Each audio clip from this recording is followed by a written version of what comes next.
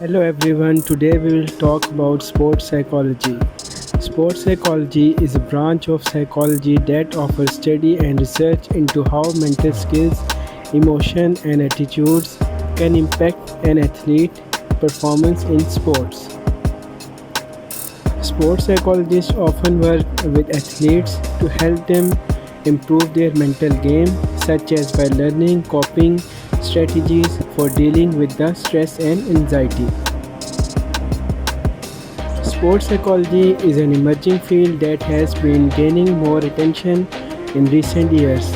The term sports psychology was coined by William Morgan, who used the phrase to describe his work with athletes and sports teams. In 1960, the published paper of psychology and athletes, he also authored two influential books. Sports Psychology, a handbook of professionals in 1971.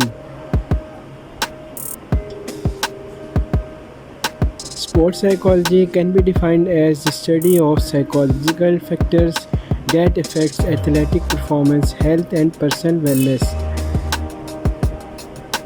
Another useful way to think about sports psychology is a branch subdiscipline within what might be called the broader field of cognitive psychology.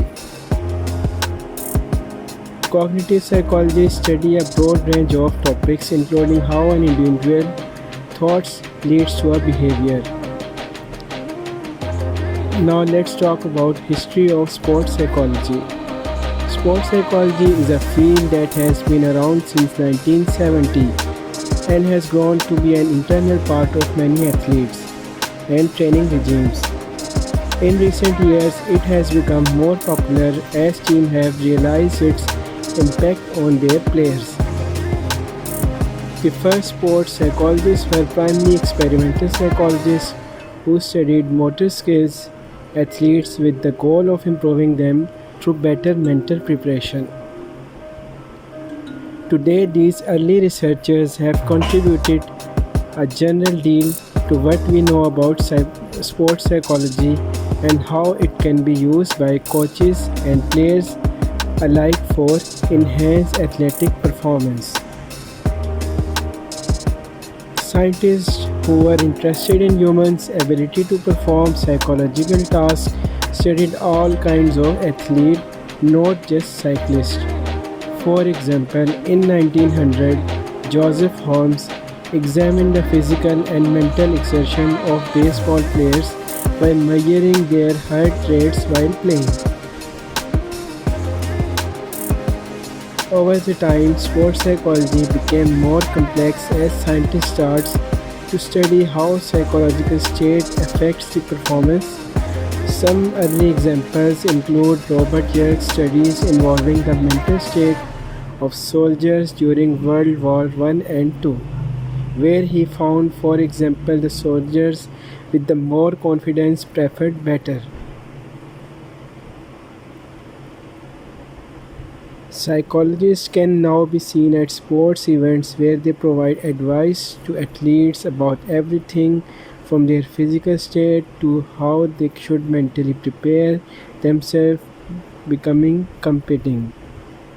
For example, some studies have shown that for psychological skills training improves performance in swimmers by enhancing motivation and coping with pressure and fatigue.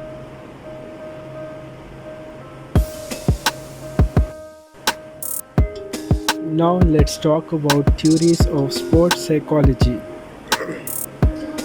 Understanding the role of cognitive restructuring is the key to understanding how sports psychology works. This theory is often seen as the basis of all interventions because it provides a logical process for changing someone's thought patterns. There are many different perspectives on how this works, including psychoanalysis, behaviorism, and neuroprogramming. Combinations of these theories are likely the most effective way to help athletes understand and overcome problems in their game. Psychoanalysis theory. Psychoanalytic theory has been used in sports psychology by describing how individuals face internal conflict. This creates a tension and affects performance. Psychoanalysis suggests how to find relief from such conflict as well as providing explanation for individual behavior and development throughout history. Behaviorism. Behaviorism starts with the premise that psychology should be based on observable behavior.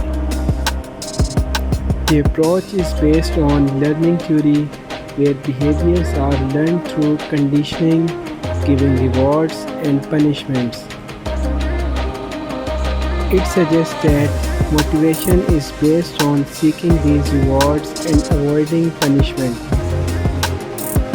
This theory focuses on how behaviors are learned, especially in the context of sports, where good performance is reinforced with the rewarding consequences. The role of conditioning here has been used to explain the importance of preparation both physically and mentally.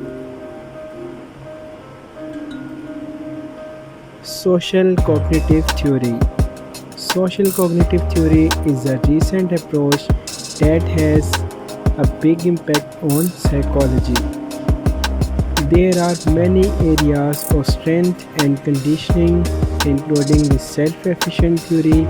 The social cognitive theory looks at how people influence each other through processes like modeling, where someone learns by watching others act.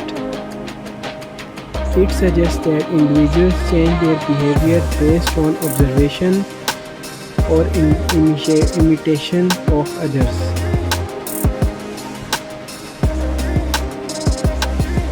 Causal attribution theory. Causal attribution theory is a detailed psychological theory that focuses on how individuals explain their behaviors. This theory has been applied to many areas of psychology, including sports. What athletes think about themselves and their abilities has a direct impact on their performance. Cognitive restructuring. Cognitive restructuring is a very powerful tool in sports psychology, but it often takes time to see results.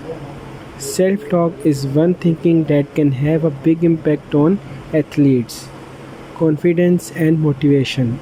With practice, anyone can learn, recognize their thoughts, and telling them when they are unhelpful. So that's from our video. Hope you will like it. Thank you.